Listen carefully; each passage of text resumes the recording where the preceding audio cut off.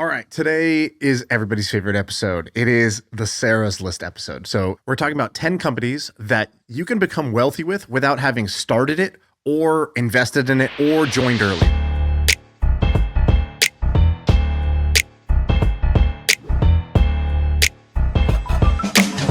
It's called Sara's List, and I got a little presentation for you. If you're on audio, get over to YouTube right now because I have slides that are going to be fun. So it's called Sara's List. This is Sam's wife, Sara. Oh, that's hilarious. She is on the cover of My First Million. And the reason why is because she has an unlikely story, a story that I hadn't really heard. And when I heard it for the first time, it kind of shocked me, which is, I think when I heard this, she was about 30 years old at the time. She was a self-made millionaire, but she didn't start a company. She wasn't, killing herself working 100 hours a week like we were. She wasn't paying herself scraps. She was getting paid a nice salary with nice benefits. She worked at a great company that had good culture. She didn't have to make risky angel investments and get lucky. She was not a high-profile exec that just got, some huge pay package. And she wasn't lucky like the Facebook graffiti guy that just got a bunch of stock from Facebook and, made $70 million. And so her story was almost incredibly boring. It was incredibly simple. And I just couldn't believe it. I was like, I'm trying so hard to make $1 million here.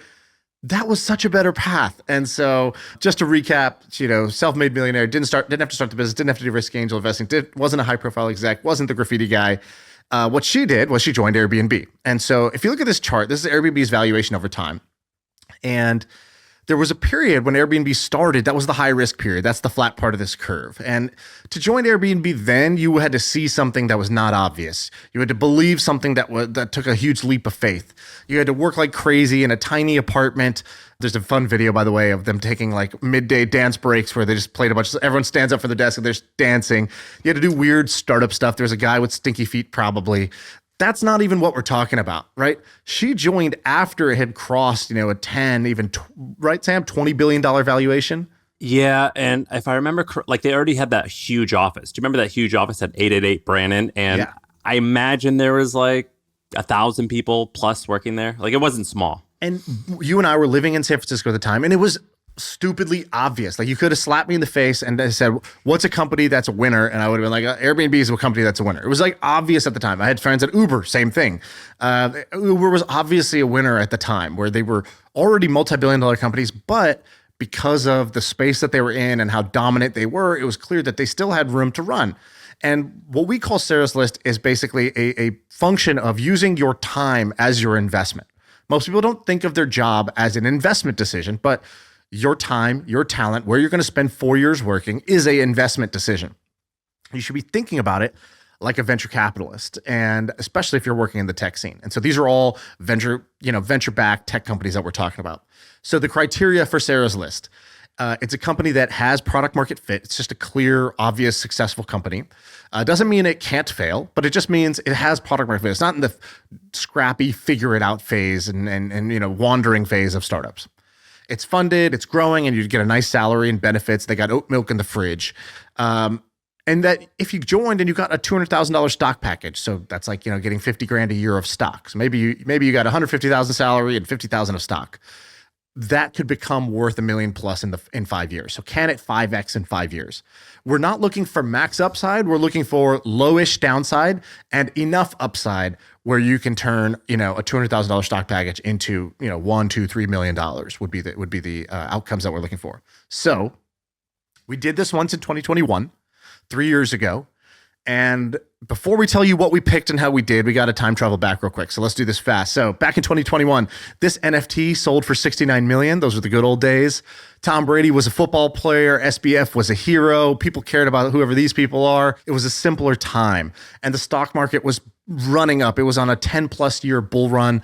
It had its peak in 2021. For the listener, people cared about, quote, these people. These people was Prince Harry and his wife, who yeah, see? I don't even know who it is. Point proven. Thank you. I rest my case.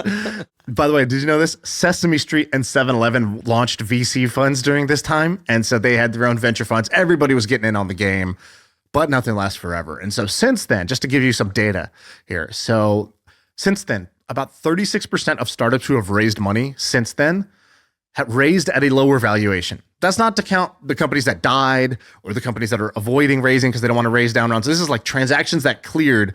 1/3 of them are clearing at a lower price of all startups. It's even worse if you look at late stage startups. So later stage startups, which are the ones we're talking about, Series C, Series D, they're down between 30 and 60% on average. That's what you're seeing across the board. Sad news. 2/3 of employees right now that are working at these companies are working for options that are actually worth zero. And they probably don't even realize it yet. Meaning they got a pay package of stock options at a $24 strike price. That stock is currently trading in secondary for $8. So all of their shares are underwater. Currently only 33% of the shares are in the money, as they say. All right, so what did we pick? We picked about 11 companies. I think we shared one company, but we had each picked around here. Here's how we did. So it's not great. All the stuff I just told you is basically our big fat excuses as to why it wasn't great. We both had 2 hits, so 2 things that did go up in a sort of step change way, sort of a 3-4x so far in the 3 years. I had 2 that were down, like valuation lower than it was previously. You had 3 that were down. And then there were some pushes. And a push basically is like, has the same valuation as it had before, but that's actually sort of a win because you beat the market. So you didn't achieve the Sarah's List dream, but you didn't take the huge write down that a bunch of... You're wrong about Next Health. Next Health is wrong. Next Health is wrong. Is wrong on here? Oh, but is it actually up? Well, the word there's 2 companies. One is Next, one is Next. So I think there was a little confusing. But someone in the research department's getting fired here. No, they're just missing a T. Open Store and so Open Store is down. It's unclear, but I mark it as down, and it's a little intellectual honesty. I don't believe that it has achieved its status to be called up. We have it as a TBD. I gave it a less generous interpretation of down just to make my own grading harsher. This is not about them. It's about me grading my own picks more so. And you think Figma's down too? Well, Figma tried to. It's not a down. It's a push here. It tried to sell for $20 billion, didn't clear. That the transaction didn't go through, so that would have been a 2x. But then the last, I believe, round of funding, and this, by the way, this is not all very obvious, so companies don't always announce their valuations. There's leaked valuations to the media, which are not always true. There's valuations that come with a bunch of strings attached, so maybe you got a good number, but there's all these caveats and liquidation preferences. And a lot of this was, we asked people who own secondary stock marketplaces, we said, hey, what is this company trading at right now? And so it's incomplete information, right? We're doing the best we can here with private stock information that you don't always have. By the way, Sara, my wife, who this is about, had a job offer at Figma like 3 months before their acquisition offer, which like it had that gone through, I believe it would have been a 2x return based off the valuation. So we almost had a mini hit again, but not quite. Yes, exactly. All right, let's get to the 2024 picks. We're going to try to do better now. The good news is that any picks you made, anything in the vintage of 2021, like I said earlier, all the companies basically got shellacked. Everything got re-underwritten. Everything got corrected. But now where we're at, I think we are at a less hypey period of time. And so this cohort of picks, I think, should be better. But again, not financial advice. Really, neither me nor Sam actually are trying to go get jobs. This is kind of like what we would do if we were going to get a job. Sam did this with Sara when she was looking for jobs. So this is for fun. Let's just put that out there. We're not giving financial advice here. So I have like 5 or 6, but then I got a bunch of other ones that were like, it's like scrap, like I didn't quite get to. What do you think is let's say we each bring 5 to the table. I bet you there's going to be at least 3 that we are overlapping on. What do you think? Yeah, 2. I'm guessing 2 overlaps. And by the way, I'll say, I think a good hit rate on this, would be 6 out of 10. 6 out of 10 have a step up where 5 years later, we're not even 5 years after the 2021 ones yet. We're only 3 years in, but 5 years later, that they're sort of like a 4 or 5x in valuation. If 6 out of 10 did that, I think that would be a great thing. I think 3 out of 10 would be sort of the lowest bar that I would accept. Hey, real quick, I want to talk to you guys. If you are new to this podcast, if you're new to business, I have a cool resource for you. So the folks at HubSpot who sponsor this podcast have put together a kit, a guide for people who are getting started on their entrepreneurship journey. And it has a couple of cool tools I want to call out. It's a free tool, by the way. This whole thing is free. You can just go download it. It is a solopreneurship guide. So for people who are going to be, an army of one, how do you get started? What's the mindset you need? What are some tools that you need? What are some communities you could join? They have some cool resources there. So if you're just getting started and you're a beginner in this journey of entrepreneurship, check out this kit. The link is in the description below. And thanks again to HubSpot for making this podcast possible. All right, I'm going to go first. I'll start with an obvious one. It's probably one that you have too. OpenAI. And by the way, there are no bonus points for difficulty in business.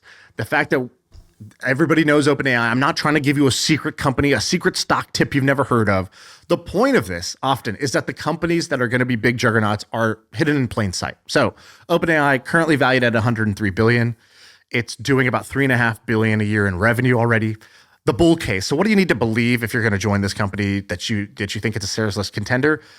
It's the first credible Google competitor in about 20 years. It is something that actually could replace search, which is like, when people need an answer to something or they need help with something, where do they go? It's the fastest growing company ever. That's nice. So it took them, 2 or 3 months to reach 100 million users. It's 5 times faster growing than the next fastest product ever. It reached $3 billion in revenue in the last, it's in like 3 years. It's pretty crazy.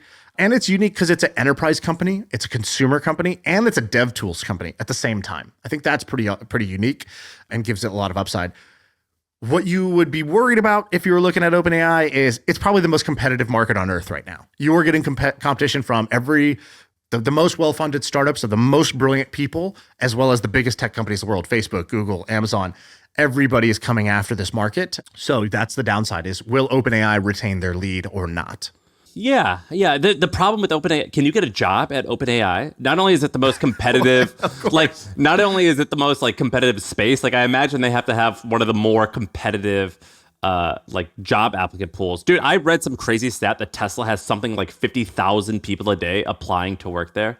And I have to imagine that OpenAI, it's somewhat similar, where they are just inundated with applications. Well, yeah, but we're talking our listeners, the cream of the crop here. This is the creme de la creme. So yeah, of course they can get a job wherever they want. So will OpenAI 5x the current valuation? Yeah. Yeah. Yep. I agree with you. All right. You want me to do one? Mm-hmm. All right. I've got one called Retool. Do you know what Retool is? I know Retool. I use Retool, and I wish that I invested in Retool. I tried to invest in Retool early on, and I missed it. I'm not a user of it, so it actually would be best as a user explain what it is.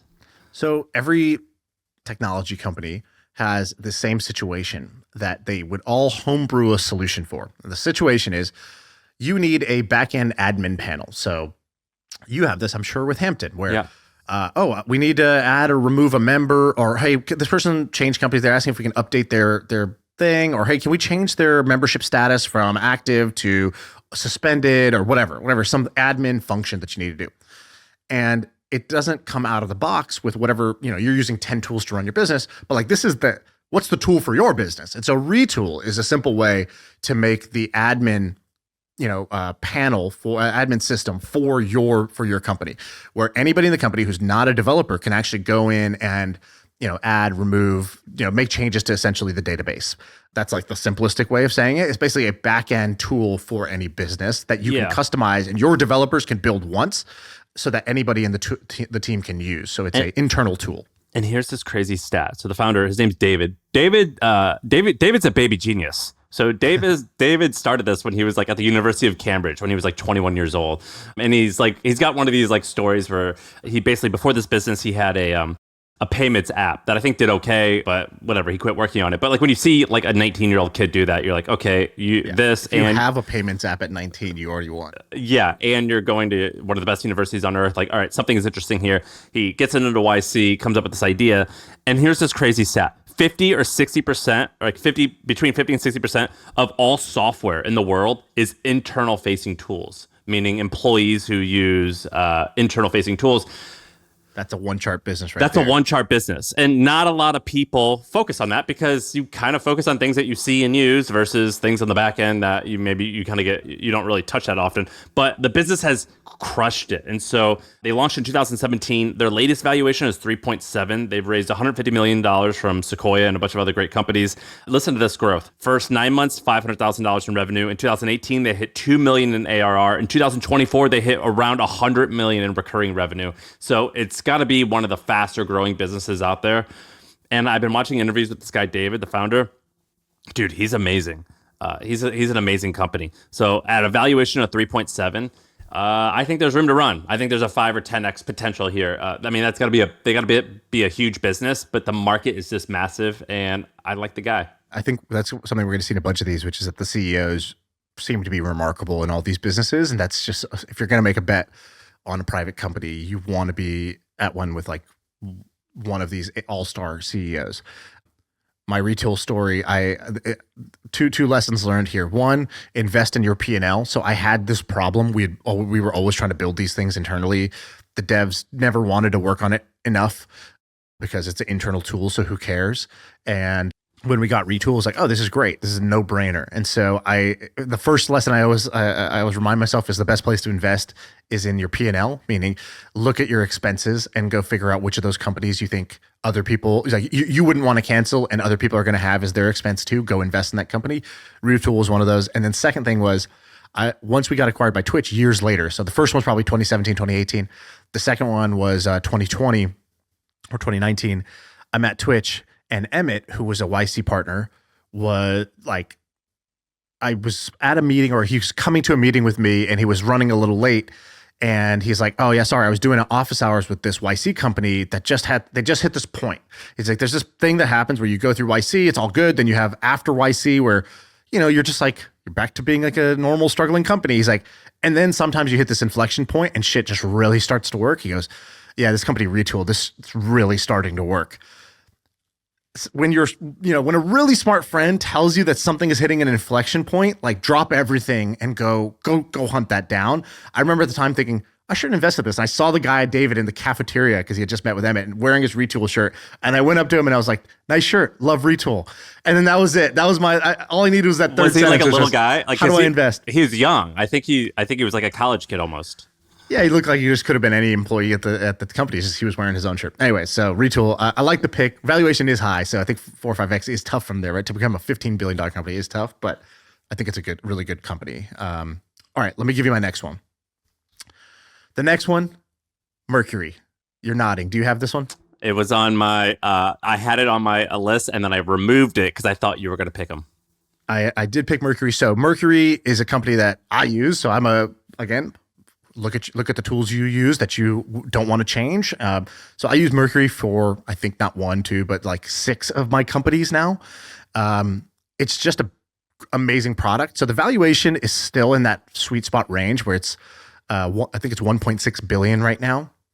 So the valuation is, here's the bull case. Here's what you need to believe.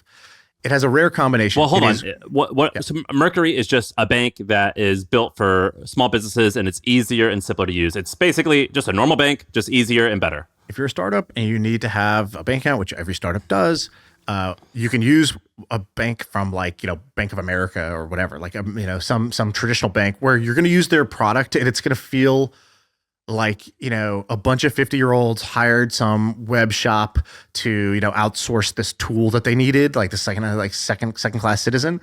Whereas Mercury is like, oh, a founder made this. I get it. It solves all of the problems that a founder would have. I get it. And it's true. Imad was a founder of multiple startups before he made this. And now it's like the best product for startups. So product's amazing. It has a rare combo. It's growing fast and it's profitable, which is great because a lot of the companies that get written down or the risk comes from they're not profitable. They're burning so much cash that if the growth ever slows, all of a sudden you get this huge discount in the valuation.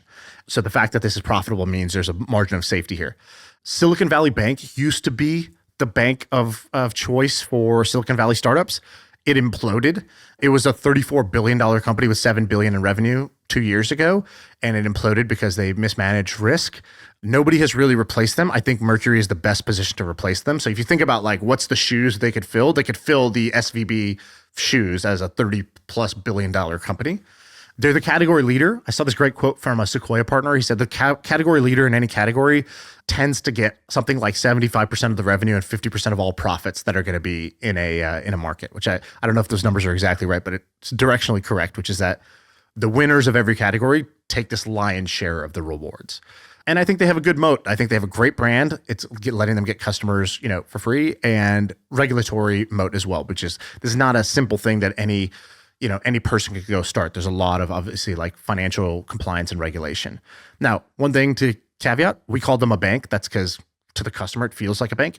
Technically, they're not a bank. Who do they use? So they use like Choice Bank, I think, and Evolve Bank underneath. So they're what we call like a neobank, just like a finance platform, basically. And the bear case, the other thing that, the worry would be, can they grow with their startups? So some products are great because you get them while they're young and you grow with them. And other products, you get them while they're young and then they graduate off you. And as soon as they become really valuable customers, they take their business elsewhere. I think they're going to be able to grow with startups, but that would be the risk here. I didn't find, honestly, much of a bear case. I don't know if you have a Yeah, I've got a bear case. Here. I think I almost always bank with Chase because I've just always been afraid of, can I access my money?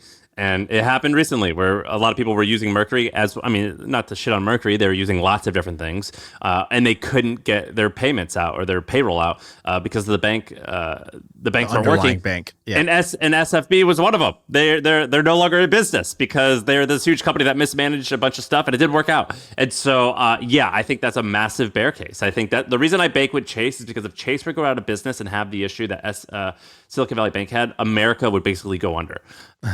Too big to fail. Yeah, and I always knock on wood when I say that, but a little bit like that, where it's like, I think Chase is like, I would have to look at the stats, but it's something like 5% of like Americans use it. So it's like a pretty big deal. And so, yeah, I think that's a bearish case as to why. So I don't think that's necessarily a bear case because, first of all, they have like, I think $5 million FDIC insurance now. Like they offer like 20 times more FDIC protection than they need to, or than the average bank does.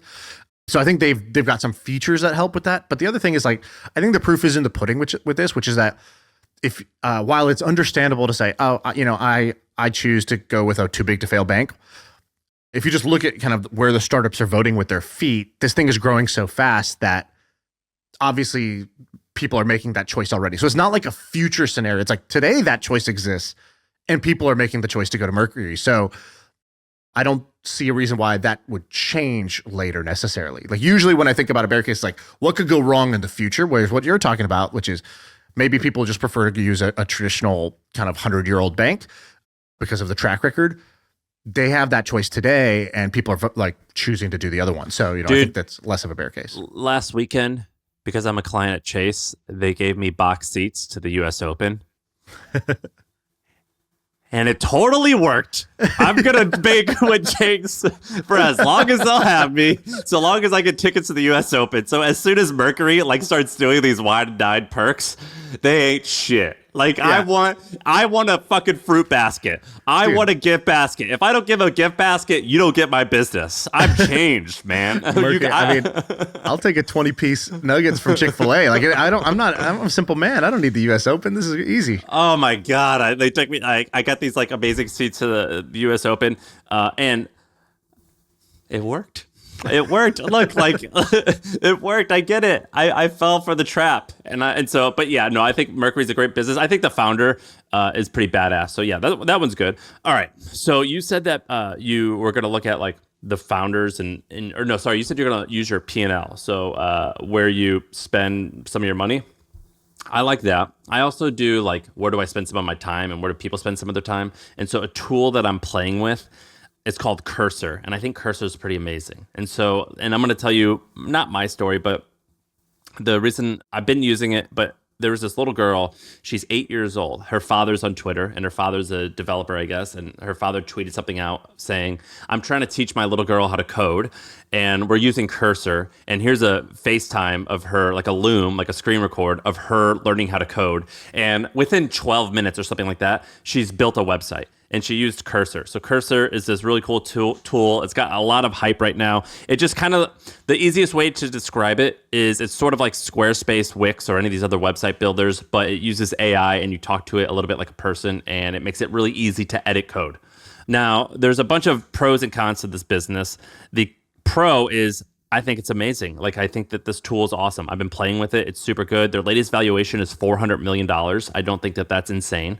So that's like, there's opportunity there. I think that the con, and this is a big con, which is these website building tools, dude, their PE multiples are shit. So you look at like Squarespace, Wix, Weebly. Do you remember all these?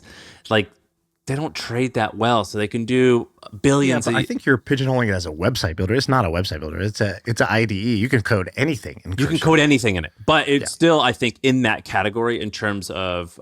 You don't think it's in that category in terms of when you look at competitors? I think it's in the GitHub Copilot, Replit category, where it's a coding environment where a programmer can become now an AI assisted programmer. So however good you were, however efficient you were, however productive you were as an engineer, as a programmer, you can now be, some multiple more. Maybe it's 1.5x more productive. Maybe it's 10x more productive as the AI improves. And so I don't think, because, Wix and Weebly, these are like, my sister needs a website for her preschool. So she goes to Squarespace and makes a website. She's not going to go to, today she's not going to Cursor for that. And also those tools could never do what a Cursor could do, where it could build full applications, Yeah, I feel you. I still think that, like, all right, so I use Bubble. You know Bubble? Mm-hmm. Bubble's like an app builder. This is a little bit of a competitor to Bubble. And in my head, as an investor and potentially as a user, I think it comes into it's like the same churn as a small or a website builder, where you spend $10 a month and there's not always a massive reason to stay on the platform versus all the other competitors. Like, it's pretty easy just to up and try different ones. Do you know what I mean? And so for that reason, I think it's a little bit similar in terms of valuation. Right. Okay. I looked at Cursor very close. In fact, they were on my first draft of companies to be on here. But then as I did more research, I went with another company that you'll see at the end of this. So, okay. But what do you think about Cursor for a $450 million valuation? What do you think? I think you're getting high upside, high downside there. Cause, that valuation's not based on revenue. It's based on this vision of what the future might look like, and that's great. And I think Cursor's awesome right now. If I could invest in Cursor, I would totally invest in Cursor right now. But I think it is more risky than some of the other ones we've talked about so far. I think that's true. They're at a $10 million run rate, I believe, or I don't know if it was run rate or that's actually what they did in revenue. But yeah, it's tiny compared to their valuation. What do you have then instead? What's your competitor to it? I'll show you. It's my last one, but I can't rearrange the slides here, so you're going to have to wait on that. When you told that story about that little girl, I thought you were pulling a Kamala Harris and you were going to say that little girl was me at the end, and I was pretty ready for that emotional landing. Instead, you were like, that was just somebody's daughter. I just follow grown men's daughters on Twitter. I don't know. It was like, where are you getting your tech advice? Dude, it was, did you see that video? I did not see that one, but I've seen some kind of amazing things. Like Cursor demos right now, all the rage. Dude, all the rage. All right, keep going. All right, my next one. I don't even know if you've heard of this company. Epirus, do you know this company? No. Okay, so I don't like that name. Epirus? Yeah, Epirus. So this is a Joe Lonsdale company. It is a weapons company, a defense company. And I don't know enough about Epirus because it's a very secretive company and it's very private to tell you that this is the pick. What I actually did was I put this here as a placeholder, as a general strategy. So one thing I would do if I was interested in this kind of Sarah's List concept, finding a company I can go join, that the stock is going to be, my stock package is going to be appreciating, rapidly. I'll get a 5x in 5 years. I think that the way Anduril hit for us last time, there are now like 10 more Anduril type of companies that exist that are inspired by Anduril that are worth checking out. Anduril itself might still be a contender, by the way, but there are more companies. So Epirus is basically as like long range, like defense weapon or whatever. Dude, if you go to their website, it's Epirus Inc. It basically looks like some type of like electromagnetic thing that shoots like radio waves into the sky and brings down drones and planes. That's exactly what it does. It's an EMP pulse that will take down, a drone or a missile or something like that without being a bomb. Like you don't have to bomb something. You could just disable it. It's just magic. There's a great story, by the way. Is David Blaine the CEO? Because this looks magical. Like when I see like invisible rays. That's such a good pickup line. I'm going to use that next time I'm trying to like talk to a founder. Be like, but are you related to David Blaine? Because this is magical. Is he a cousin? It does look like magic. So he told the story where he's like, I was like, dude, how do you sell to these like 3-letter agencies? And he's like, it's very hard. You know, there's like decades long relationships with the traditional companies. So I'm like, how do you do it? He goes, well, the big thing we always try to do is get to a bake-off. He's like, we have to get to a point where they're willing to do a contest of our product versus their product. Because we can win on product. We have better product and engineering, but we don't have better, you know, good old boy relationships here. So we have to get to a bake-off. He's like, so we did a bake-off for Epirus. And basically everybody went to this field and they're like, cool, I'll line up. And then you're going to go first. And we're going to see how far away you can, you know, disable this and how effectively you can disable this drone. That was the test. And they lined up and he's like handing out binoculars. And they're like, what was this? He's like, you're going to need these to see how far away we're going to be able to disable this thing. And then they like won the bake-off, won the contract and all this stuff. So I don't know about this company specifically. I don't know enough.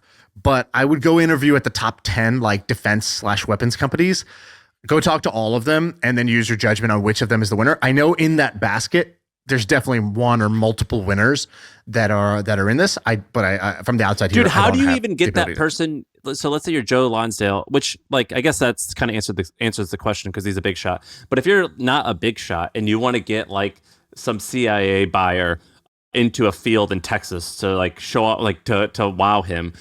Like, who do you even phone call? You know what I mean?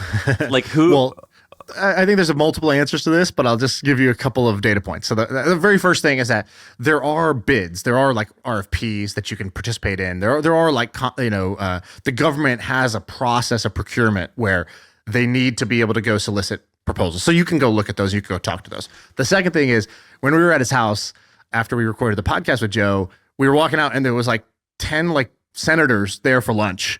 And it's like, oh, this is how you build your network. He's like hosting a lunch for like 10. Did he like bring you out the back door? Like a no, mistress? Literally. Well, because Elon was coming over and he was like, hey, it might be easier for you if you just want to go this way. And we were like, easier for you or easier for me? Like, maybe for both of us. All right, good. Fair enough. Because I'm literally in my basketball shorts. Did he hand you $20? My backpack. Yeah, like he handed you $200 and bought you an Uber. He's like, don't forget your lunchbox. And then I like wandered off to a bus. Yeah. Was there apple juice waiting for you at the doorway out? It's truly how it felt. And by the way, I couldn't have been happier with the arrangement. I did not want to be a fish out of water either. So I think that's one way. There's also a great story told on the pod about like how Peter Thiel was telling them like, dude, because when they started Palantir, he was like a couple years out of college. Like he wasn't that old yet.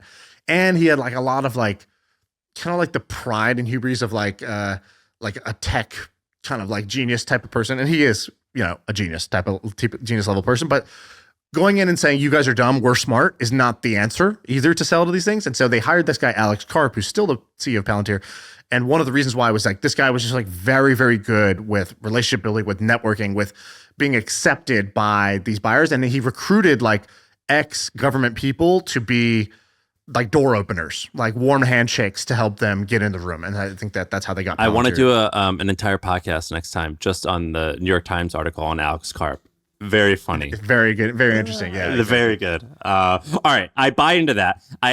To me, working at Epirus or any of these national or these defense businesses, it's sort of like working at a porn company where like you like probably most of the work might be like... Tell your mom you work in video entertainment. Well, yeah, like most of the work is like normal, like just a normal job. It's boring. But then like you see the output and it's like, fuck, like death or destruction or like pretty like raunchy shit if you're working. To be fair, their tool, this Epirus tool, just in this case, is like a non-death tool. It's disabling the electronics you know what I mean, without bombing anything. But yeah. Like definitely some of the other ones are a lot more like, yeah, this is war.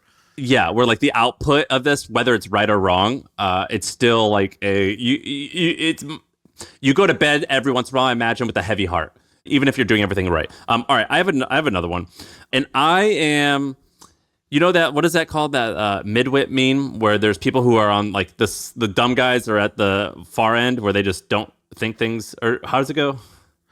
You're on one of them. Let's just put it that way. You're showing that you got one of those sides nailed. There's the kind of the beginner, the caveman who's just like, build product, talk to customers, right? And then the Jedi's also like, I should just build a good product, talk to customers. And then the guy in the middle is doing like over-analysis, overthinking, over everything. But I feel like you did a good job, like like a mime. You like acted out the meme. It was great. I am what I am. I took that approach with a couple of these. Dude, have you heard of this company called Wiz? I've heard of Wiz. I don't know what Wiz does. I looked at it and I was like, I don't understand this enough. Dude, all right. So check this out. So it was Wiz is a cybersecurity company for enterprise companies. So enterprise customers. So basically, if you're using like large cloud tools, Wiz's tool like scans it and be like, all right, you have a potential threat here, here, and here for cybersecurity issues. It's the fastest company ever to get to 100 million in annual revenue. It took them 18 months. The guy who started it, now this is where like that meme comes into play here, because he's kind of amazing. I read this article about him a couple years ago, and the opening line is, I guess his first name is Asaf, so he's Israeli, and he was like an Israeli defense guy in the military. And it said, "Don't mistake Asaf's gentleness for someone who's willing to play by the rules." That was the opening line. I was like, okay. Whoa, what does that even mean? Yeah. It's like a Tinder bio. Jesus. Yeah. All right. I'm interested. And so basically this guy, he previously had another company that he scaled and sold to Microsoft. It was also a cybersecurity cloud company. He sold to Microsoft for $1 billion. He gets through his warm-up company. Yeah, his warm-up company. He's only 38 years old. He gets through his non-compete or whatever, spends time at Microsoft, things go well, and then he starts his next company called Wiz. So far, they've already raised $2 billion, of which $1 billion of that came in one round, and the company's only 18 months old, which is absolutely ridiculous. They've done something, I think they're already at $350 million in revenue in just 3 years. 350 annual recurring revenue in 3 years. Something like 80% of the Fortune 100 companies are already using the tool. So they've killed it already. Now, here's where things get interesting. Their last valuation was $12 billion, but there was a rumor that Google was going to buy them for $23 billion. And so there's all these rumors that this was happening. And so he sends an email to the entire company. And let me read you a quote. He goes, the first line, "Let me cut to the chase. Our next milestones are $1 billion in ARR and an IPO." And he explains how they aren't accepting this offer from Google because they want to like make it big and be this huge thing. And I love this guy. I think he is just one of the coolest, most interesting CEOs out there right now. What are you looking at? What do you think when you look at him? Well, he looks not like what I thought. Actually, your first line about like, don't let my gentle whatever fool you. Like, I'm here to whatever, handcuff you to the bed. I don't know what he said, but like something like that. That's what I heard. He just looks like he looks like a Midwest nice guy.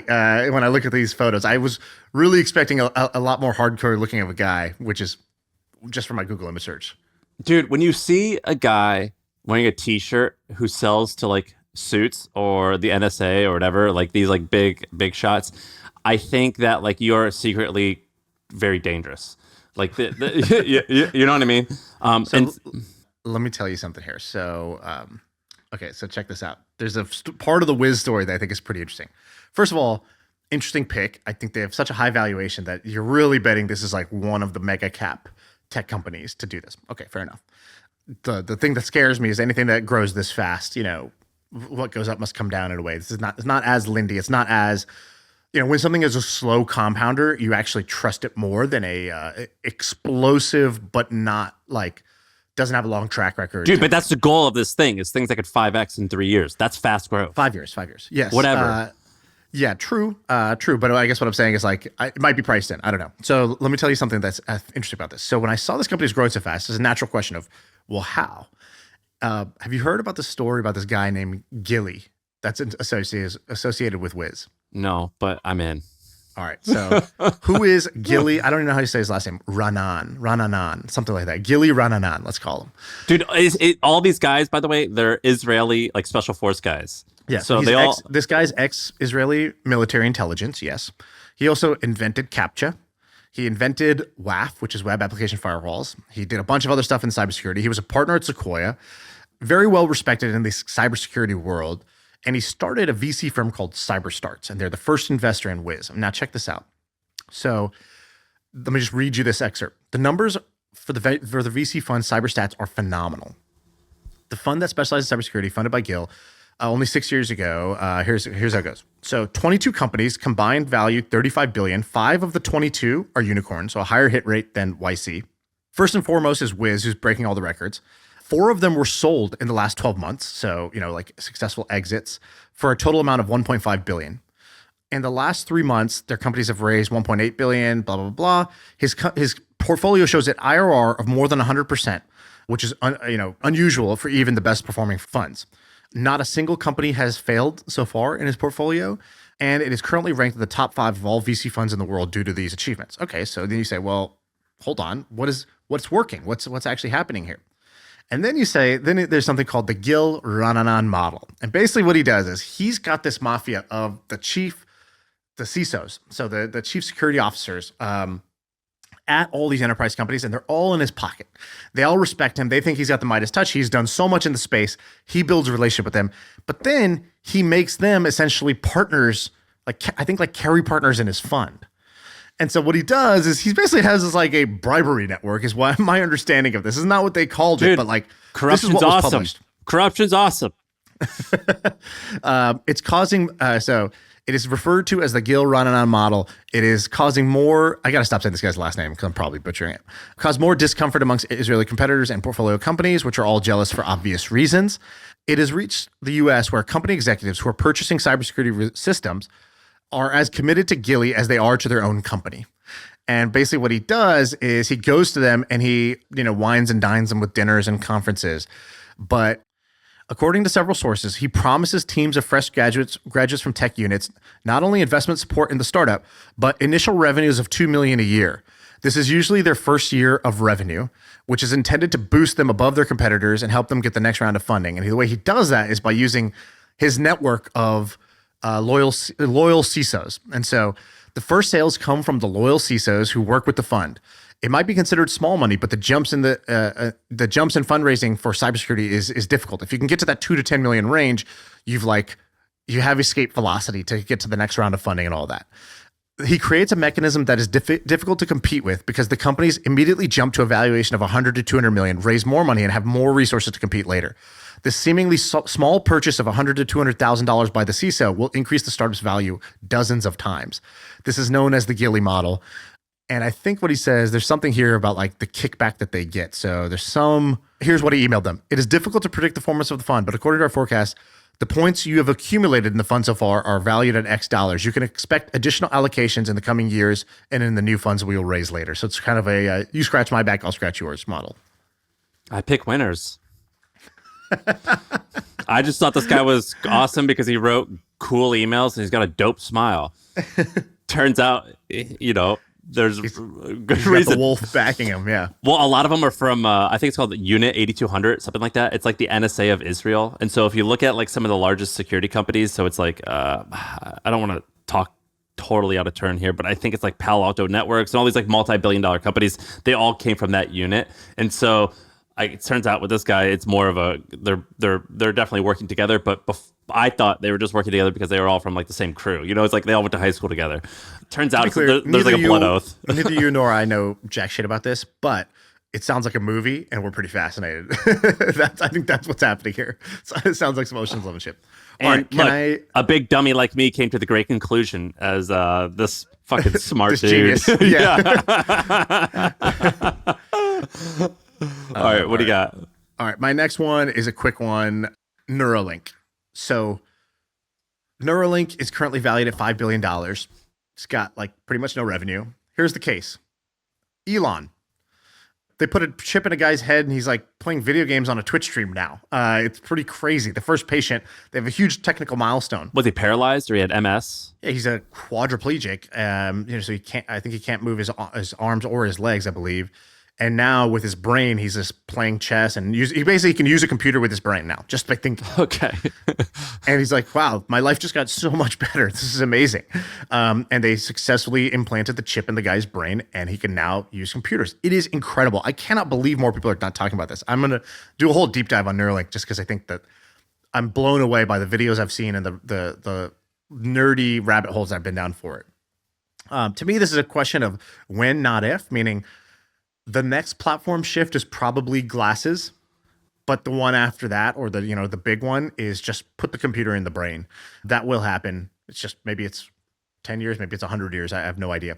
The other bull case is, look, even if this doesn't 5X in 5 years, you're going to be helping a lot of people out, because all their initial customers are people who are, severely disabled, can't see, and they're going to make them see. They can't hear, they're going to make them hear. They can't move their arms, they're going to make them be able to use computers. It's really incredible. So I think they're doing incredible work, and that you're probably working with really smart people on a mission that matters, and you're probably going to make a lot of money doing it. The bear case, of course, revenue, question mark. They have like one customer right now, right? So like, it's going to take time, long path to success. They're kind of at they made the first Tesla Roadster. That's where they're at in the Tesla journey right now. Dude, but you're missing the whole point of this list, which is like, how do you like not like stress out all the time and like things like that and have a good job? All these companies need the personality hire. They need the guy who's bringing smoothies to the office. They need the guy who's a good time to be around. They need the guys that are willing to do the dirty work and go clean up the files and go organize things. Do you think that Elon has a personality hired? Yeah, I think he does, dude. I think he's got like literally like meme lords that work for him. So I think he's definitely got personality. I don't know, man. I agree with you on so many things. I know some dummies that work at Tesla. Let me put it that way. I have some like, who's this guy? Oh, my cousin works at Tesla. Then you meet the cousin. It's like, does he work like in the tire shop? Like, who's this guy? Yeah, I feel that. But Neuralink's not that. How many employees do you think they have? I have no idea. I would guess like probably like 100 is my guess, or somewhere like plus or minus 50. I've no clue. That's too small to hide. You're assuming. I didn't say Sarah's list is the chill life. It's not the rest and vest life. I think maybe we have a misunderstanding there. Maybe Sarah wasn't doing as much work as I thought. No, it's like a 40-hour work week. I don't know if Neuralink is a 40-hour work week. If it is, then I'm on board. Okay, fair enough. All right, I've got two more maybe. All right, you had OpenAI. Now I want to vote with my attention a little bit. I use OpenAI every day, but you know what else I use a ton is Perplexity. Do you use that? Me too. Yeah, I use Perplexity as well. Now, how do I explain the difference between the two? I think Perplexity is when you need the answer to be right. Yeah. And ChatGPT is when you have a variety of random things, and when you want to accuracy is brainstorm. not as important. Yeah. If I'm doing research for this pod and I need to say a number that's not going to be wrong, Perplexity is a better bet than ChatGPT. So Perplexity, I think their latest valuation was $3 billion. They raised $415 million. So it's already like very big, but I think the market's huge. I also think when I find like interesting stories about the founders, and I love it. So what's the CEO of Perplexity? I know how you spell it. Arvind, I think is his name. Aravind. All right. So there's a funny story about Aravind. He grew up in the same area as the Google CEO, and he grew up vegetarian, and his mom wouldn't let him eat eggs, the Perplexity CEO. And he like grew up and like, no, you can't have eggs. And he's like, I need more protein. She's like, you can't have eggs. So he sees a YouTube video of Sundar from Google saying, yeah, I just introduced eggs to my diet in order to like get more protein. And then the mother's like, okay, you may have eggs. And so the fact that, and he goes on. It's not where I thought you were going with the story. He goes That's on. Why? Dude, listen, he goes on to like have this story where like, they're like, dude, Sundar in my household was like God, where it was like, well, if he does this, then you must do this. Right. And so imagine being raised in such a toxic environment where you are either him or you are a failure.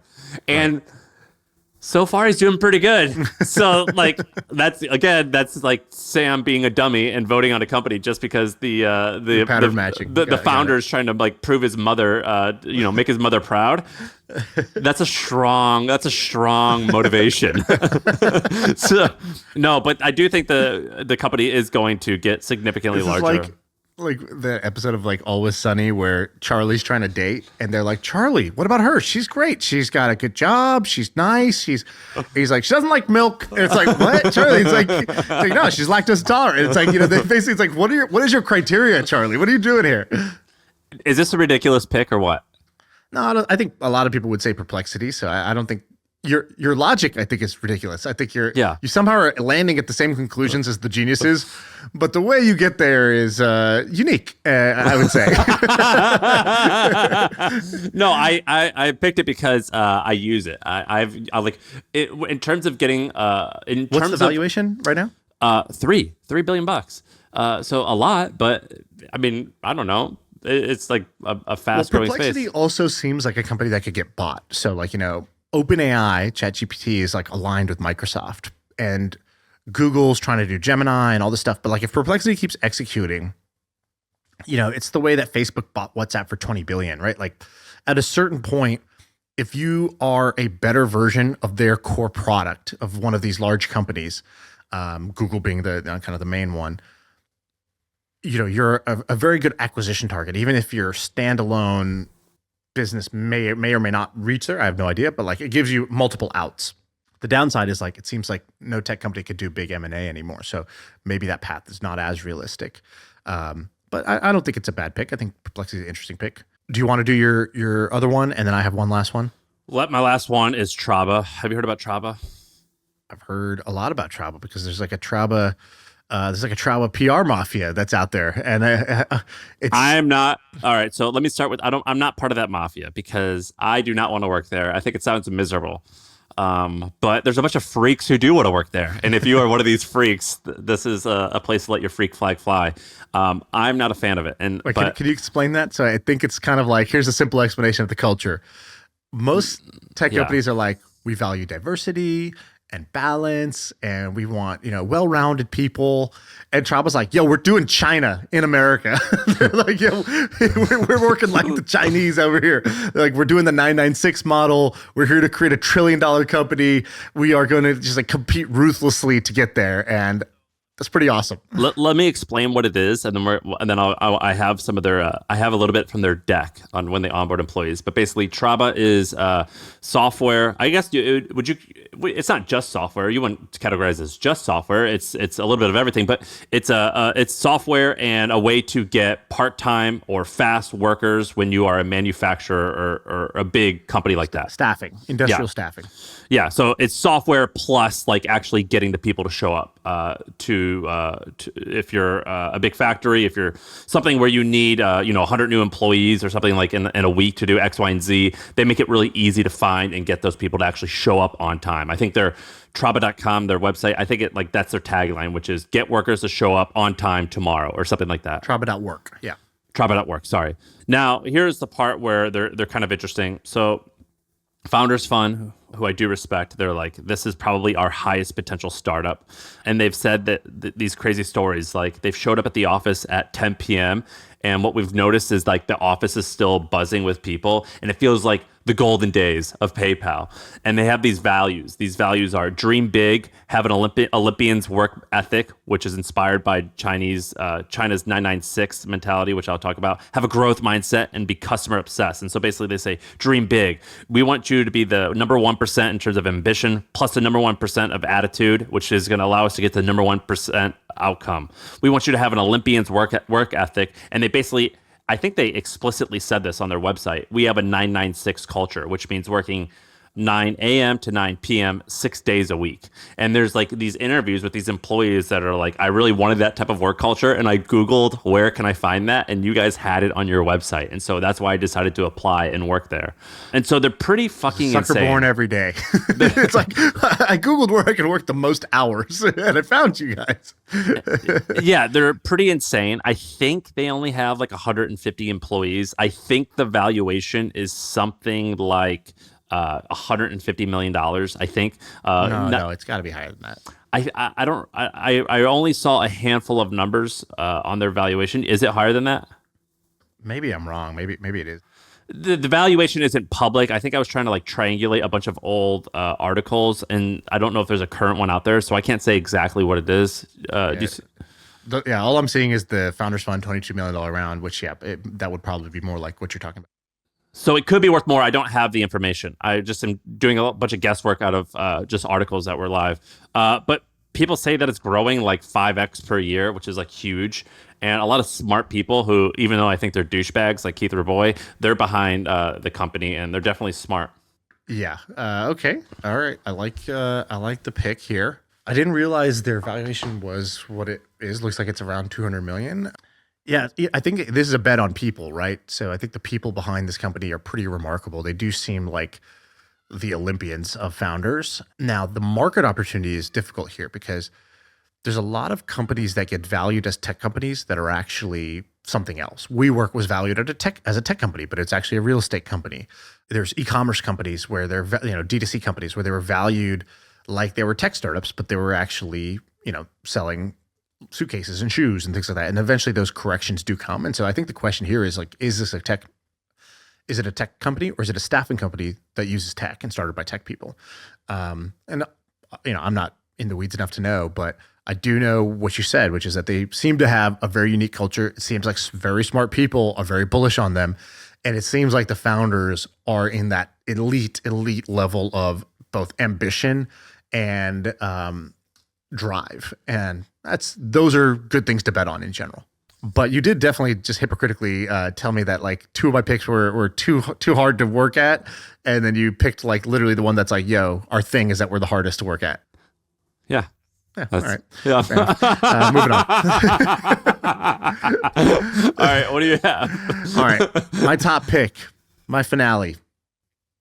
I don't want a drum roll because it's going to seem anticlimactic because it's the same company I picked last time that was not a winner in the last one, meaning it didn't 5X in the last one. It's Replit. Oh, man. I think I am more bullish on Replit than any tech company right now. Are you so bullish on it that if you could bet all of the money that you have into that company, you would do it? No, I'm not foolish, but I would. I did invest in the company, and I then, on top of my fund investment, I wrote a personal check on top of that, which is probably the only one I've done that with. So, my actions do line up with this, but I wouldn't bet all of my money on this because I don't need to do that. So here's my case. So 3 years ago, when we did this episode, Replit was at about a $1 billion valuation. It had 5 million developers.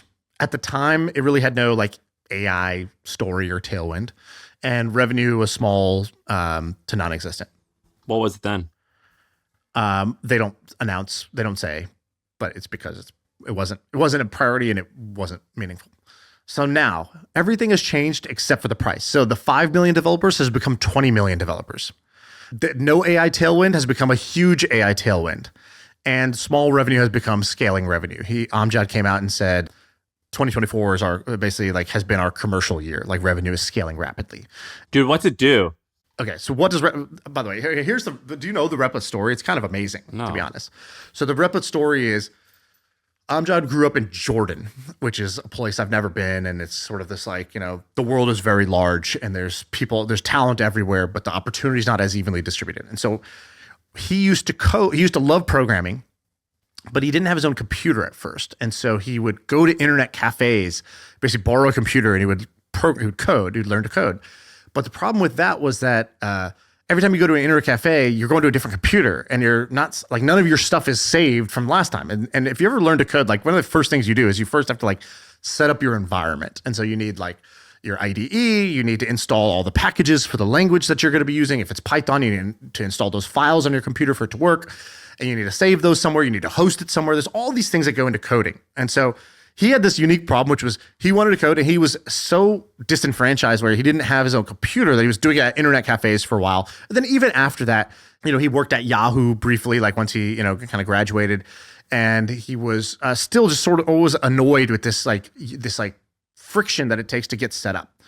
And so he, as a side project, created this thing that was, it was called something else, REPL something at the time. And REPL is this like programming term, but basically what he wanted to do was he's like, can I make a cloud-based programming environment? Basically like my environment, but instead of it being local to my computer, have it be in the cloud. It's because he saw Google Docs. He's like, oh my God, Google Docs is amazing. This is, instead of having to have Microsoft Office, have this software on my computer, have the file on my computer, I can just go to any computer anywhere, go to a doc.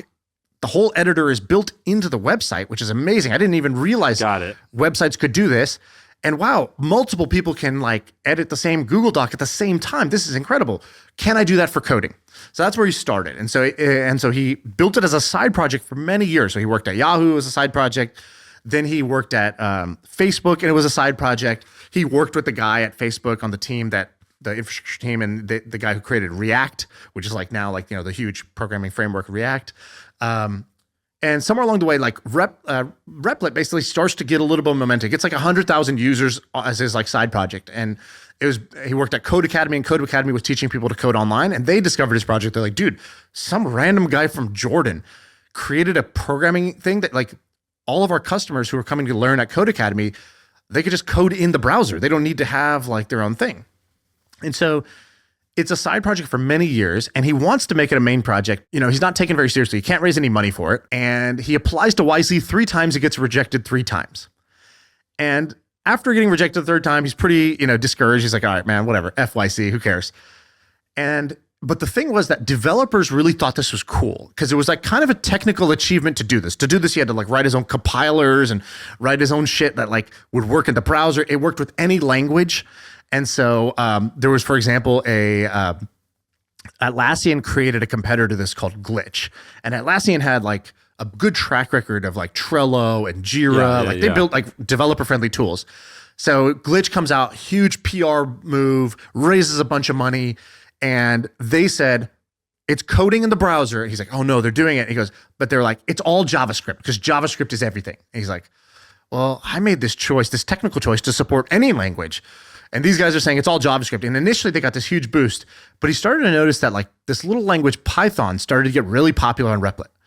And he's like, I think they're missing the boat. I think Python is the thing. And Python became the language of choice for machine learning. It became the language of choice for backend development. It became the language of choice for a bunch of like big waves. And he was the only one that could support Python. So Glitch ends up dying. That Atlassian company ends up failing in it. He just keeps chugging along. And so along the way, he had this like kind of indie support. So it was used by a lot of students, a lot of teachers, a lot of coding boot camps. But that was kind of looked at like a toy. Like, oh, that's cute. But those are just like beginners who have no money, who whatever. Yeah, I'm reading about him on Hacker News. Like he was controversial there, but a lot of people loved him. Some people disliked him. Is he aggressive? Early on, he was really loved on Hacker News. Not him, but like Replit was really loved because it was like kind of cool that you could do this, and it actually worked really well because he's a great programmer. And one person who was reading Hacker News really liked it, and that person was Paul Graham. Now, Paul Graham had retired from YC. He was living in the UK in this like mansion, and he's not a part of YC anymore. And Amjad got rejected from YC 3 times. But Paul Graham was like, dude, I think this is awesome. And he tells Sam Altman, who's running YC at the time, he's like, you got to talk to this company, Replit. So he goes to meet Sam at the time was a hybrid office of OpenAI and Neuralink. Before OpenAI was a big deal, back when OpenAI was just a research nonprofit. And he meets Sam, and Sam's like, hey, I don't know anything about you, but Paul really likes your thing. And he wants me to check this out. And you know what? You should just like talk to Paul. He told me, but like, I'm not the guy for this. You should talk to Paul. Here's his email. So Amjad ends up trading emails, like long emails. He said like, I should turn this into a book someday of like my emails back and forth with Paul, like the philosophical foundation of Replit, which was like, what if you could enable like 10 times more programmers in the world? Because this whole thing was about opportunity. So how do you make a programmer who doesn't even have their own computer, who doesn't know how to start, who doesn't know how to like get everything installed in their environment, all this stuff? How do you decrease all the friction? And eventually, and even in his initial like plan was like, we'll have AI that will help you code. It'll be your programming assistant. This was back before AI was a thing. It was like 2014, right? Like people weren't even talking about AI back then. And it's in his original slide deck. I have a slide here for you. Let me show you. This was his master plan for his seed deck. We're going to grow by building tools for signing up teachers and students. We're going to build a simple network and an AI-assisted interface that blurs the distinction between learning and building. And eventually we'll become a platform where people come to learn how to code, explore, and host their code. This is exactly what they've done. It's like the Tesla master plan 10 years later. This is his master plan. 10 years later, they've done exactly this. The company's 10 years old now? More than 10 years old, basically. I think he started this stuff like before 2014. And so, is it but it was a side project for a long time. It only became like a full-time project. And there's like, he shared the email like, hey, got rejected again from YC. And he's emailing Christina, who was his first investor. Christina is the founder of Vanta, another company I was going to put on this list. She wrote the first check into Replit as a scout. And Vanta is a company that, in 5 years has reached $100 million. She went through YC, but the way she did it was she just YOLO'd it. She just like moved to a city, and he writes this email to Christina. He's like, got rejected again. hard to raise money right now. I might just YOLO, just move somewhere low cost and just start building this thing. That maybe was what I'll do. And so look at this chart now. So this is Replit developers year over year. It's literally like a perfect hockey stick.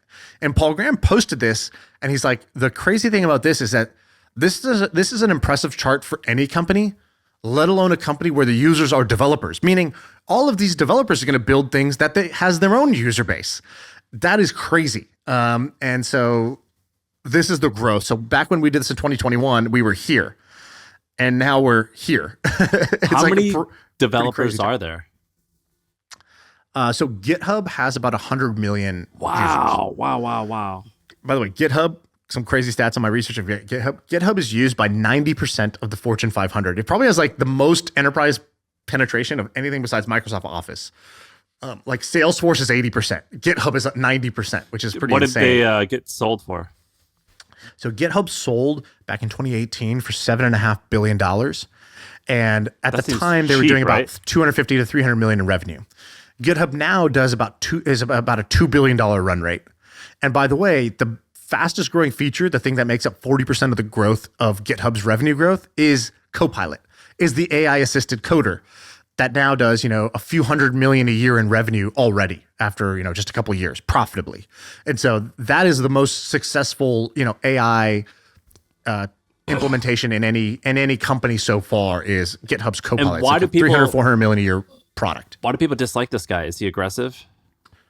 Well, he said something which is just like, Hacker News is, when you're the underdog, they love you. And then as soon as they hear your big funding round, they go and they just say how terrible you are. There's whatever. There's people ever, I actually included, this is part of my bull case, is they got the kiss of death. Yeah. So it says they raise this money, and then here comes this guy, B. Feynman, who says, this is another company I felt is going to implode. They don't do anything that's interesting, let alone proprietary. The CEO is an ass, and everybody knows it. He acts as if a browser REPL is going to change the world. I have no idea how their valuation is so lofty, but the core technology is so easily duplicated. Yeah, go ahead, go try it. Since the heavy lifting they used to do has become obsolete. So classic hack, go read the launch of Dropbox and Airbnb and other companies like this. This is like, there's always one of these comments at the top of their post that you want to frame. So check this out. This is the AI growth. So the criticism of Replit would have been, great, you're getting a bunch of developers, but they're all young. And how are you going to make money off of students and teachers? And I think the misunderstood part of this, right? Because if you want to find something at a low valuation, it's not that. Low valuation is just another way of saying misunderstood and mispriced. So what it would be misunderstood here? What would you need to believe?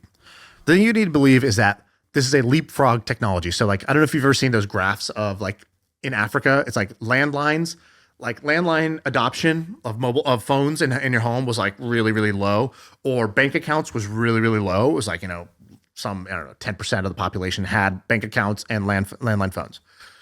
But then, and so you would think, if this is linear, you start with the landline phone, then you get a cell phone, or you start with a bank account, then you start getting mobile pay like Venmo or whatever.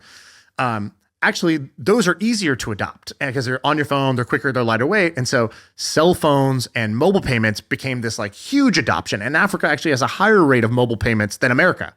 It has a higher rate of cell phone adoption than America did at the time because it was a leapfrog technology. It was easier to adopt the smaller thing, the newer thing, than it was to adopt the old thing.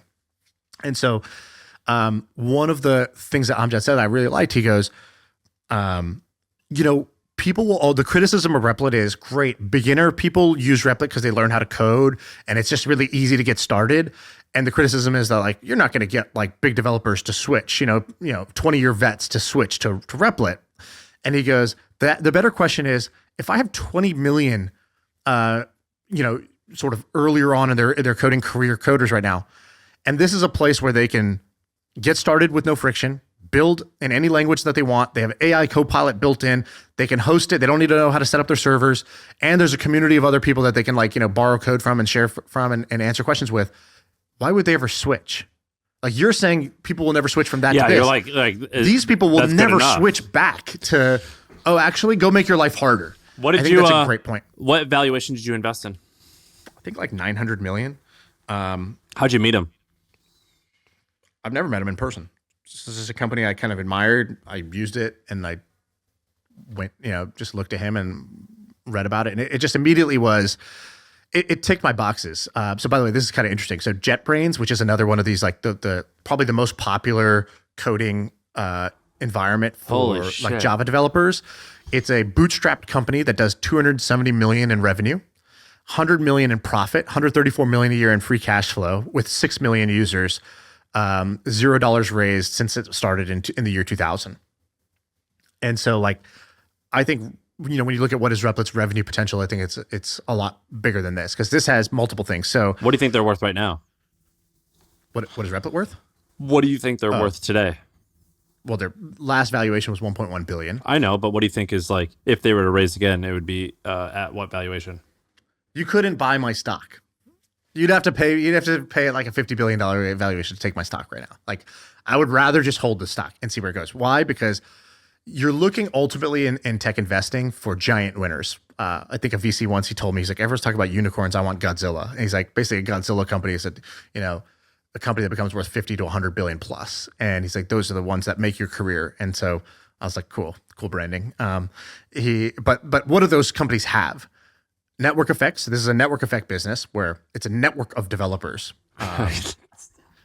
It's growing like a staph infection at spring break. So it's growing really fast. Like since the last time we did this Sarah's list, it's grown 4x in terms of the number of developers who have signed up for it. You should call the founder and be like, looks like you got a real ring worm on your hands. Congrats, dude. Exactly. Like, I think it's mispriced and misunderstood. I think it gets discounted for being just something for beginner coders when I think actually it's like a Snapchat or whatever. It's a product where that's the generation you want, is the people who are going to be using this thing for the next 20, 30 years. It's riding a huge tech wave in that like it is perfectly positioned to ride the AI wave because AI programming is a thing. Yesterday, Sergey Brin was at the All In conference and he's like, yeah, I code with AI. Like he's like, yeah, I got back into coding. I use AI. Basically, I just kind of tell the AI what to do. It's like, dude, the founder of Google is like, yeah, I wanted to build this thing, but it's easier actually just for me to just tell AI to do it. And it kind of wrote all the code for me. It was awesome. He's like, then I showed it to my team at the like Google like AI thing. And he's like, I told them, I said, more of you need to be using this. And he's talking to like the top programmers in Google, which is kind of amazing. Dude, this is awesome. I think you got to ask this guy out for prom. I think I just did. I think you just did. Is this like you asking Taylor Swift? Like someone. Letter. This is you've convinced me. What's the downside? I mean, what is the downside? Let's see. You had that for every company. That they're not going to be able to make as much revenue as you think, that people will graduate off of Replit and decide that. Are they remote? Are they a remote company? No, actually, another Sam bull signal. They're not remote. And not only that, they moved from SF to Foster City to like build their own cult there. And he's like, why wouldn't we? Why wouldn't we move 40 minutes out and just be like the kings of this little area and have like the best environment without the problems of San Francisco, but still being close enough to the talent density? I think that you used all this great logic and all these silly arguments and all these numbers and facts and data. You should have just told me that he wanted to build a commune in Foster City, and I would have been on board. I do. And he deadlifts. You like that? I know you like that. Does he really deadlift? Yeah, he's a power lifter. Yeah, I mean, power lifter, power gains, like it makes sense. I think my simpleton strategy can almost be as effective as yours. If you look at our last I think our lives would say yes, it does. Right? Yeah. Like, there's no knock on that. I strive to be more like you. I think you have it right. No, I'm only teasing. It's part of me is being simpleton just because I literally don't understand that. Like when you're explaining that to me, I'm like, I have to learn what all this means as we go. It's fucking complicated. Did I ever tell you the story about? Dude, these guys are geniuses, by the way. These guys are geniuses to like and be able to invent things like this. I'm like, we're not the same. Well, I wrote 2 words that I would almost never write in a slide deck. I wrote mission driven and visionary for Replit, and those are so cringe. You're not even really allowed to say those unless there's an exception, which is this dude from Jordan who was like, God, I really want to increase access for kids like me. Built this as a side project when there was no money on the line. There was nothing for years. Just kept tinkering away, building it. in his master plan from 10 years ago in the seed deck was talking about how he's going to have an AI assistant in your coding terminal that's going to help you write the code, and did exactly what he wrote, 10 plus years ago. That is mission driven, and that is visionary to me. Well, mission driven, being into mission driven and visionary stuff, that's only cringe when it's not true. When it's true, it's awesome. Well, it's because it gets abused, right? It gets used and abused by everybody. There's no earning that badge, right? You just get to use it if you want, which bastardizes it. But you look at something like Neuralink or whatever, and you got to give credit to these people. When there's videos of Elon talking decades ago about the 4 or 5 most important things to do, and he's like, the advent of the internet, creating clean, sustainable energy future, creating artificial general intelligence safely. He literally was saying these things for so long. You don't need to be mission driven and a visionary on world changing things to be intoxicating. That makes it awesome. But you can if I meet someone who's into something relatively trivial and they're passionate about it, I get turned on. You know what I mean? 100%. Dude, the Nick Gray episode. It's like this guy, his rockets to Mars is like the 2-hour cocktail party, right? It is helping people toot their harmonica and have a good time for 2 hours and much strangers make some friends. And he is more into that than anybody I know, than probably anybody that there is. He wrote a book about the thing, for God's sake. And then on top of it, even though I literally don't want to do that, I would hate if I had to host one of those things. I love being around Nick because that energy is so, like you said, intoxicating. It's the perfect word for it. Yeah. When I see a guy like this Replit thing, I'm like, I don't really care about any of that stuff, but I care that you called your shot and I'm into it. During COVID, when we all had to work from home, I got to hear Brian Chesky give these monthly or weekly meetings, and he was in his bedroom and he looked horrible. He looked like shit. Because his business was on top of the world, and then it's I don't know if we're gonna be in business, and I have 3,000 employees, and travel is literally the worst thing on earth. Airbnb is paused. And I remember seeing his talks and I thought dude, I want to fight for this guy. If I was on his team, he has got me bought in. And so my point being is that mission driven and visionary attitude, that is actually really important when it comes to how valuable a startup can get. I think it is, if you're making your bet, which is what we talked about, basically taking your time and your talents and betting on one company, a super concentrated portfolio where you're you're getting $100,000 to $200,000 bet that you get to make on a company when you take a job at one of these tech companies. You might as well bet on the most talented, most driven, mission oriented, sees the future more than anybody else type of founder, because it's their decisions that are going to trickle down. I remember I made a Ethereum, and Ethereum is probably one of the best investments I ever made. And I made it more on the SAM criteria. I was like, this gangly ultra nerd who's saying words that I barely understand. This founder's got the thinnest neck I've ever seen. I'm in. And everything I read about I was like, so at 16, he's or whatever, 18, he's writing articles for Bitcoin magazine because he was so enthusiastic about it, and he was getting paid for Bitcoin, which at the time was $12 per article. And that's kind of how he, he's truly of this. He didn't come when it was time to get rich. He was there before. And then I remember when Ethereum hit an all-time high, and everybody on Twitter was basically Lambos and yachts and pumping their bags. Shit. He posted a Twitter thread that was hey, this is great, but how many of the unbanked have we banked? How many people have we actually helped? How much of the mission are we actually doing? Yeah, the price went up, but who gives a shit? And that is, the best founders do that. When morale is low, like the Brian Chesky example, they give you that confidence. They never let you get that low. They bring you up. And when hype is high, they bring you back down to reality of what are we here to do? And when I saw that, and I was like, this guy is... Crypto is full of potential, but it's full of pumpers. It's full of, people are going to take advantage of this. I at least trusted that the person who was stewarding that project was not, to use bachelor terms, they were here for the right reasons. Vitalik is here for the right reasons. He was there to actually, help humanity and build a free economic system. To use what terms? The Bachelor. You don't know that every Sorry. contestant. I play sports. I don't watch Bachelor. You're like, I have triceps and biceps. My T levels are over 300, so I don't understand. I could tell you the difference between a barbell or a dumbbell bench press and why each is good. You could tell me all about the Golden Bachelor. Yes, I can. You're absolutely right. Priorities. All right, that's the pod. That was good. Thank you, Shaan. Thank you, Arie. Thank you to everyone listening.